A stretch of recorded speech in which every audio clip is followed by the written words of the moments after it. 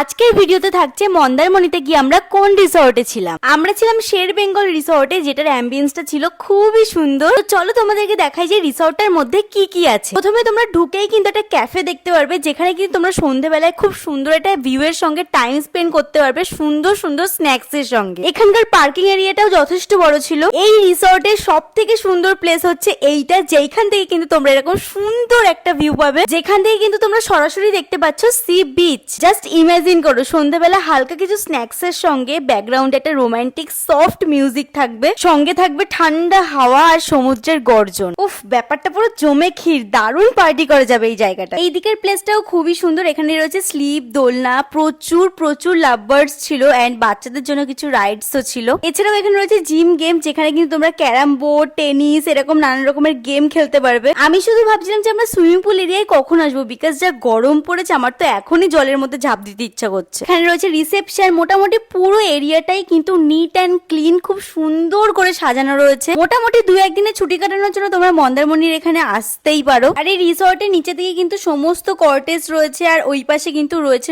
Room. So তোমরা যেখানে ইচ্ছে সেখানেই তোমরা থাকতে পারো। এই ছিল ফুল রিসর্টের অ্যাম্বিয়েন্স। এখানকার রুম কিরকম সেটা জানার জন্য অবশ্যই তোমাদেরকে নেক্সট পার্ট দেখতে হবে। তার জন্য চ্যানেলটাকে অবশ্যই সাবস্ক্রাইব করে রেখো। বাই।